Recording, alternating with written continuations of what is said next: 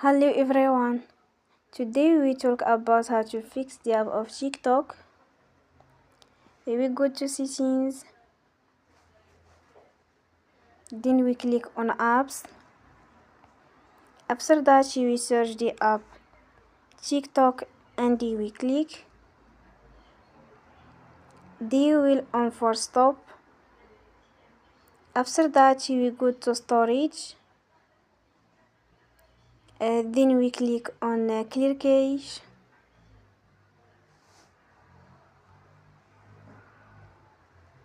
In the end, turn your phone and you will recharge your phone again. Don't forget to support us by like and subscribe. See you next time and thank you for watching.